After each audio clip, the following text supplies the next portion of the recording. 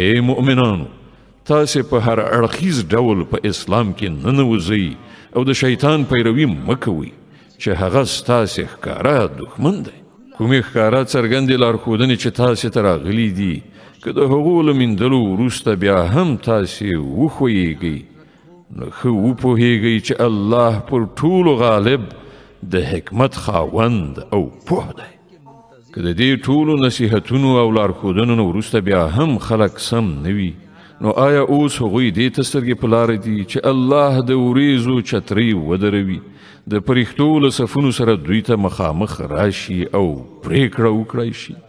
په پای کې خو ټولې چارې د همدې الله حضور ته وړاندې کیدونکي دي.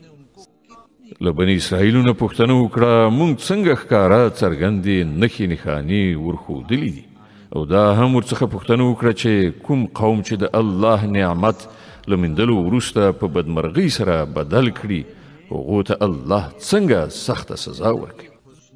کومو خلکو چې د کفر لاره غوره کړې ده هغو ته د دنیا ژوند ډیر خوږ او په زړه پورې ګرځېدلی دی.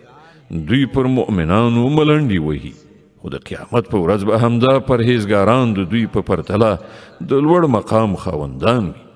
پاتې شوه د دنیا روزي نو د الله واک دی چاته چې خوښه شي بې حسابه یې ورکوي.